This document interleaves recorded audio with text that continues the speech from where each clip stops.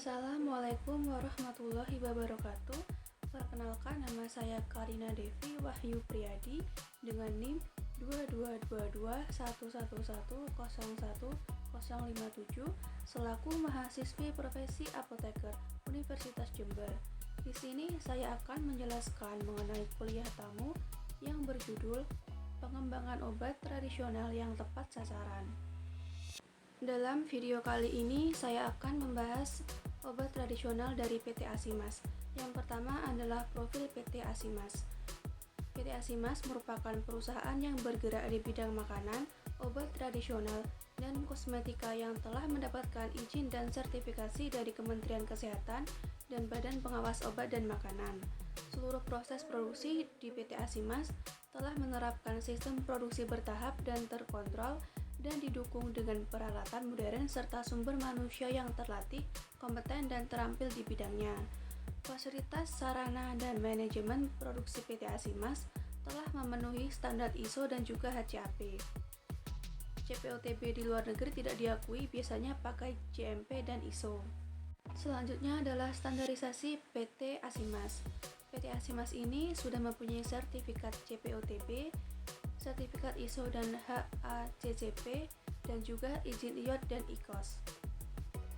Produk yang dikembangkan di Asimas: suplemen atau obat herbal seperti tablet, lalu ada kapsul, sunset, dan juga pangan fungsional seperti teh celup, powder, dan juga sirup atau liquid, dan juga kosmetika seperti krim, lotion, serum, dan lain-lain.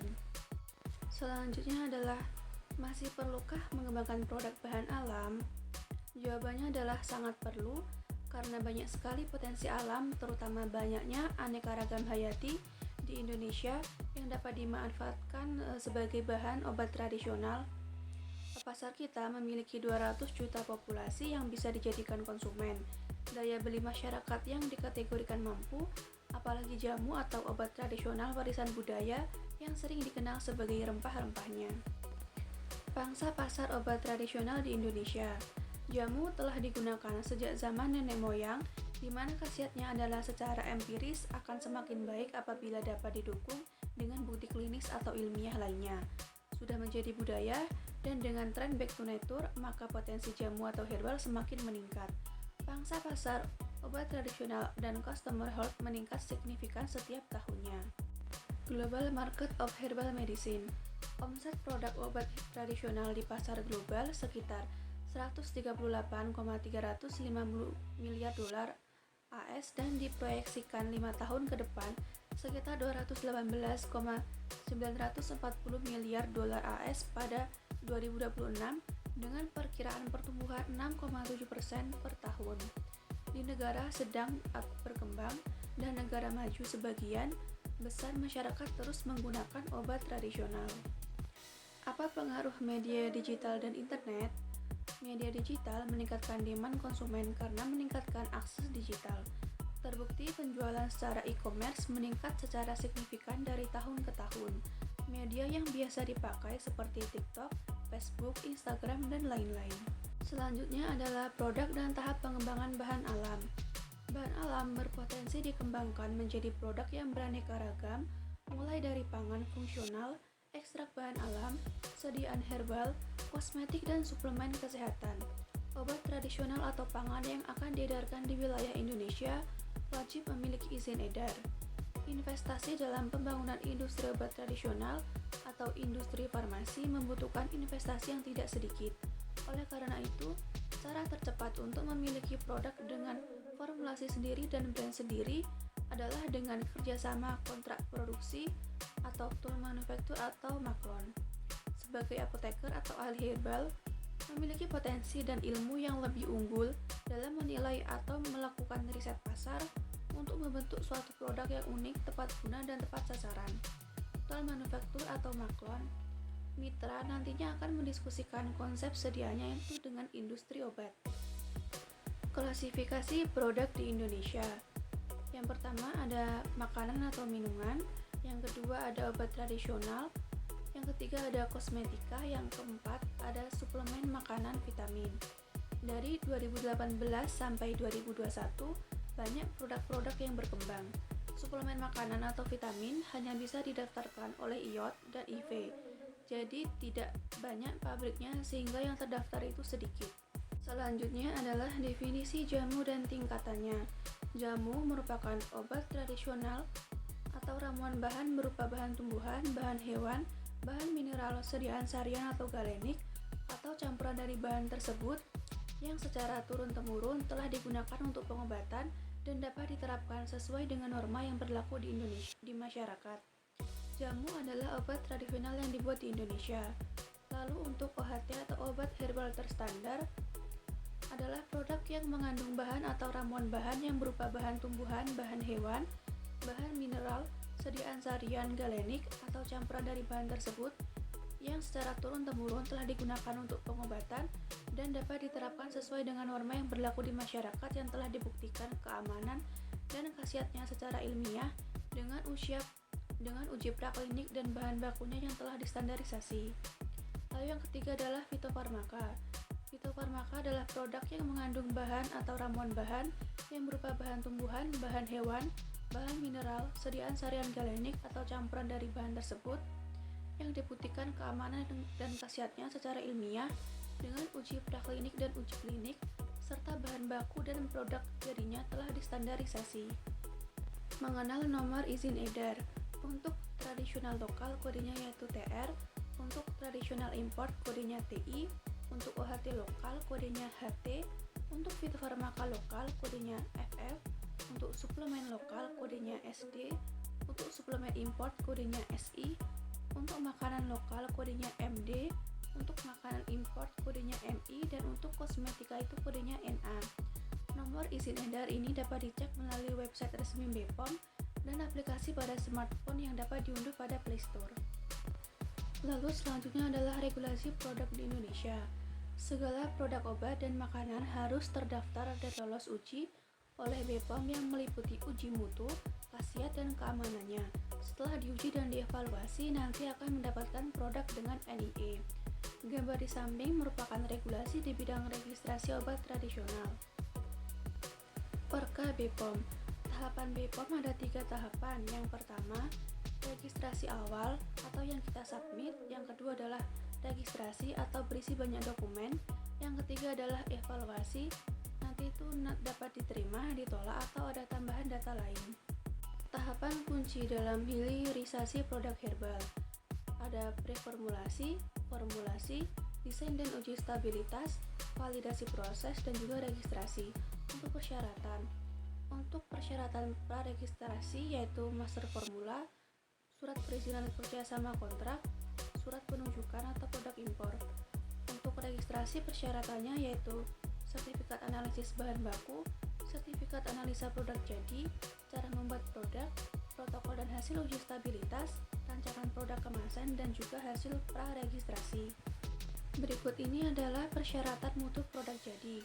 Parameternya ada pemerian, keseragaman bobot, kadar air, uji waktu hancur, uji pH, BJ kadar alkohol, uji cemaran mikroba, uji logam berat, dan uji cemaran lain seperti bahan kimia obat. Selanjutnya adalah produk obat tradisional low risk. Komposisinya sederhana sehingga resikonya rendah.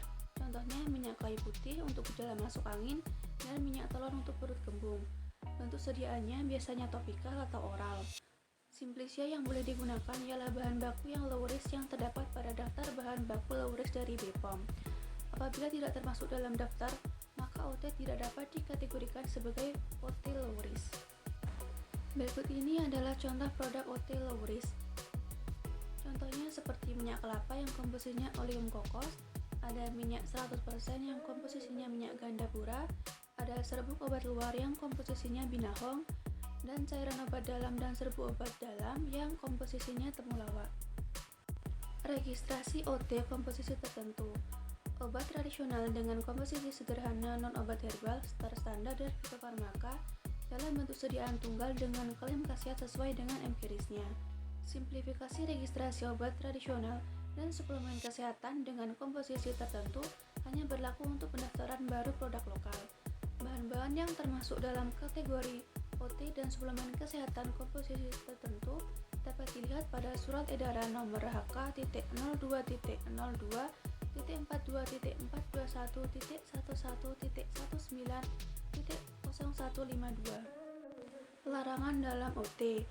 Dilarang mengandung etil alkohol dengan kadar lebih dari 1%, bahan kimia hasil isolasi atau sintetik berkhasiat obat, bahan lain yang membahayakan kesehatan, atau menggunakan tumbuhan dan hewan yang dilindungi. Bentuk sediaan yang dilarang dalam OT yaitu intravaginal, tetes mata, injeksi, dan khusus OT. Isolat yang dilarang dalam OT yaitu isolat spirulina, anetol, dan terpineol. Selanjutnya adalah bahan yang dilarang digunakan. Melarang OT yang digunakan sebagai bahan pelancar haid yang berisi Simplicia, Angelica sinacicredi, atau Lignostirizoma karena menyebabkan bayi lahir cacat, dan juga larangan peredaran OT dan suplemen kesehatan yang mengandung tanaman kapha-kapha karena memiliki efek samping hepatotoksik, dan juga contoh lainnya dapat dilihat pada slide. Berikut ini adalah bahan-bahan yang dilarang digunakan dalam obat tradisional sesuai lampiran 14 Perka BPOM. Ketentuan umum pendaftaran pangan olahan. Setiap pangan olahan, baik yang diproduksi dalam atau luar negeri, dalam kemasan edaran wajib memiliki izin edar. Izin edar diterbitkan oleh Kepala BPOM, kecuali produk yang diproduksi oleh industri rumah tangga, mempunyai masa simpan kurang dari 7 hari, diimpor dalam jumlah kecil untuk keperluan sampel pendaftaran produk, penelitian atau konsumsi sendiri, dan digunakan untuk bahan baku dan tidak dijual secara langsung kepada konsumen akhir. Contoh pengembangan produk hasil riset di Asimas. Ada Mediti. Mediti merupakan hasil karya dari penelitian selama berpuluh tahun terhadap satu tanaman yaitu teh hijau. Lalu ada Diabetcol. Diabetcol merupakan kapsul yang diformulasi dari tanaman herbal pilihan yang aman dan berkhasiat untuk dikonsumsi. Diabetcol mengandung ekstrak kulit manggis, ekstrak daun kumis kucing. Berikut ini adalah contoh produknya. Jenis produk bahan alam dengan prospek yang bagus itu memiliki ciri-ciri yaitu unik, bentuk sediaan modern dan efisien, dan juga formulasinya teruji, dengan segmentasi yaitu umum dan juga kalangan tertentu. Selanjutnya adalah Blue Ocean Strategy. Hilangkan faktor untuk menang bersaing dalam jangka panjang, mengurangi faktor yang membebani biaya namun tidak penting bagi pelanggan, meningkatkan faktor standar kompetitor yang ada, menciptakan faktor yang belum pernah ada di industri sebelumnya, membidik pasar potensial, pengembangan bisnis obat bahan alam. Ringkasnya, prinsip Blue Ocean Strategy adalah mengurangi dan menghilangkan apa yang kurang penting serta melebihkan dan menciptakan yang diinginkan target pasar. Tantangan perencanaan hilirisasi produk. Yang pertama, hal yang terpenting adalah market atau pemasaran. Sebagus apapun produk, apabila tidak dipasarkan dengan tepat, maka tidak akan ada yang mau mencoba. Yang kedua, kualitas dan khasiat menjadi penting karena sebagus apapun program marketing, apabila produk tidak berkualitas, maka brand dan konsumen tidak akan loyal. Yang ketiga, kendala perizinan yang butuh waktu.